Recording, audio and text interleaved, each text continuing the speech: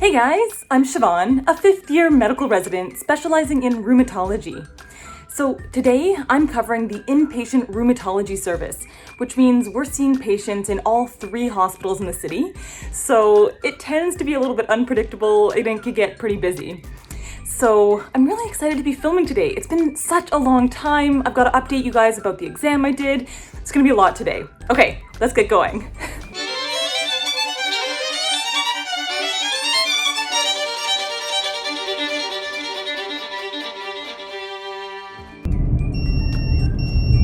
Alright, so while I was driving over here, I got paged and I just answered it. So it's the neurology team, but at a different hospital, not the one that I just drove to, of course. And they have a patient that they're hoping we can see today. And the good news is that I'm not on my own today. I actually have another resident, an internal medicine resident who's doing their rheumatology rotation. So I'm going to text Elon and get him to start working on that consult while I finish up these follow-ups and hopefully be able to get over to that other hospital soon. We'll try to be efficient today. Okay. The big update is that I wrote the rheumatology licensing exam, the written first part of it, a couple of weeks ago. And oh my gosh, I don't even know what to say about it. You study for 9 months, you do a 3-hour exam. You study so much and only, a small part of it's actually on the exam. But, it feels good to be done. The more I think about it, the more nervous I get. And hopefully in 4 weeks, I'll find out if I passed.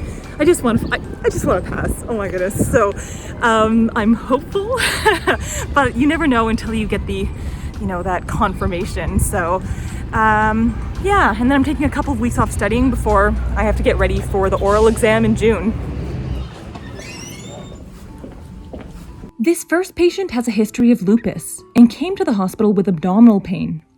She was diagnosed with appendicitis, and I really don't think this is related to her lupus.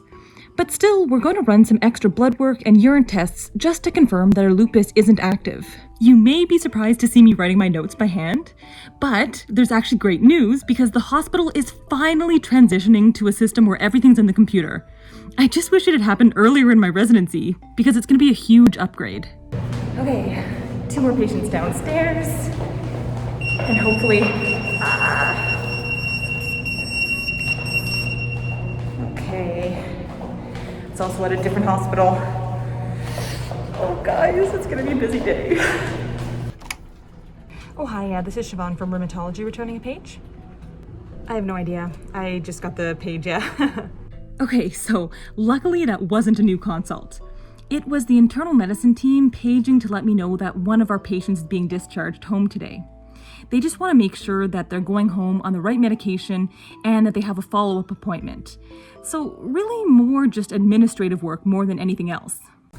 So the next patient that I'm seeing has myositis, so inflammation in the muscle.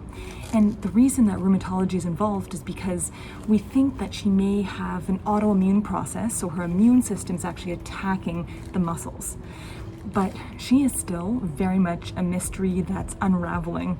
And so it still could be something like cancer or a side effect from a medication or even an infection.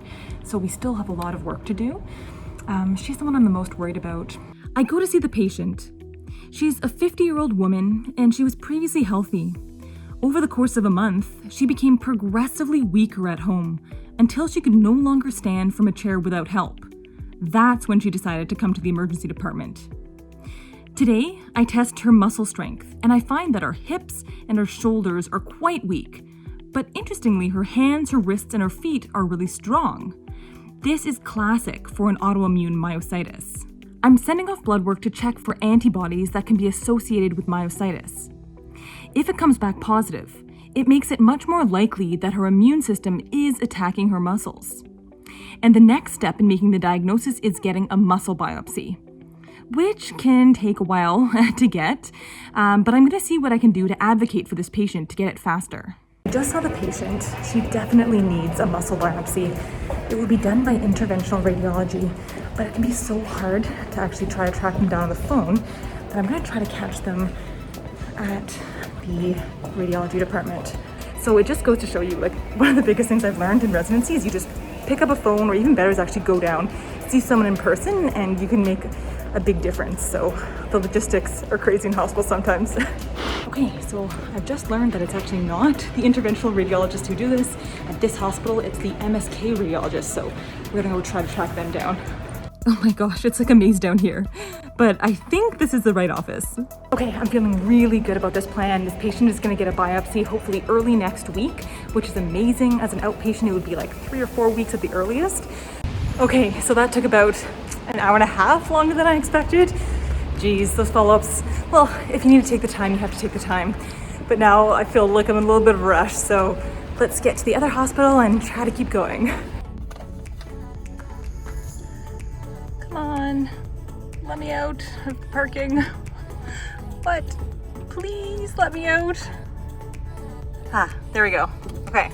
And at least I brought a protein shake, so I'm just gonna drink this on the way. It's not really time for lunch today. Okay, I'm at the second hospital, but I realized I really can't share anything about the patient I'm going to see. We're seeing a number of patients there, but there's just one that I'm worried about that I'm going to go see today. But she has such an incredibly rare diagnosis that if I share anything about her case, it could be recognizable. So basically, I'm not going to film this part of the day, and I'll catch up with you at the third hospital. Okay, here we go at the third hospital now, final hospital. This is where we've got 3 new consults and some follow-ups to see, so it's actually our busiest hospital. You'll see I'm in my N95 now. Basically I was down in the emergency department, so I needed to put it on. It's just been this week that I've noticed people have started wearing surgical masks again in the hospital, and then I started wearing them, but now I'm questioning, should I still wear N95s? Honestly, I don't know. I'm sure that you guys are going to be commenting about that. I'm not sure what the best thing to do is right now. So I'm sort of going based on risk, and if there's the emergency department, patients coming in recently, I'm wearing an N95. And otherwise, sometimes I'm just wearing surgical masks now, but maybe in my next video, I'll say something different. Okay, let's head on in. Now I'm heading to meet the rest of the rheumatology team.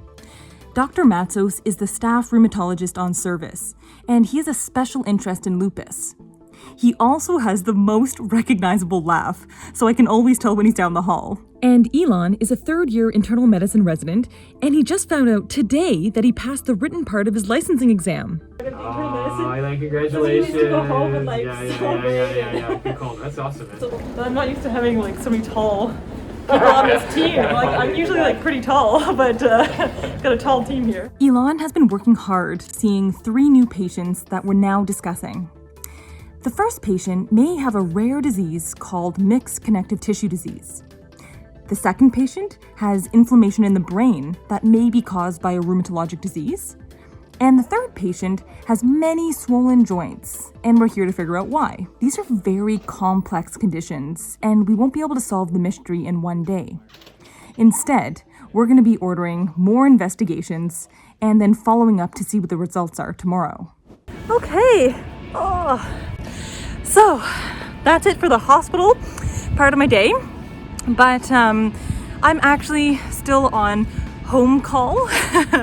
So that means that this pager stays with me at home. I go to the grocery store, have my pager with me, go home, get on the bike, have my pager beside me. If I want to go for a walk, bring my pager with me, go to bed, put my bedside table, I put my pager next to me. So it's always there. It's sometimes a little bit stressful just knowing it could go off. And I hate when the pager goes off at home. Feels like that's supposed to be my sanctuary. Like that pager is only supposed to go off in the hospital, but it's not the case on home call. Anyway, it has been so nice to be filming, to be thinking about you guys, to be explaining things again. I know in this video I didn't go as much in depth about the patients, but I'll definitely do that more in the future videos to come. Say hi, I miss you all, so leave a hi, give me a wave, and I look forward to seeing you in the next video. So, bye for now.